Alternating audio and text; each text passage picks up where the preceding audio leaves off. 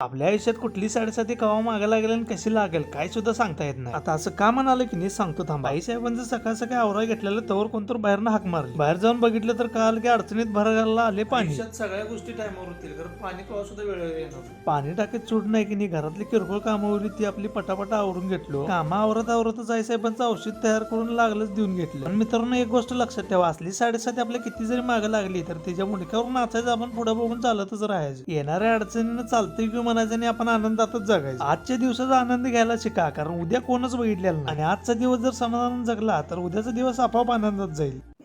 तुझं तू करतेस काय? मी पाणी भरू जाऊ काय? आई साहेबांना म्हटलं आजच्या दिवस तुमचं तुम्ही नाश्ता करा, मला जरा पाणी तेवढं भरून घेऊ दे. पाणी भरतच आपली 4 भांडी होती ती धुतलो बघा. आणि 7-8 दिवस पाणी येत नाही म्हणताना म्हटलं चावी खाली आंघोळ करायची.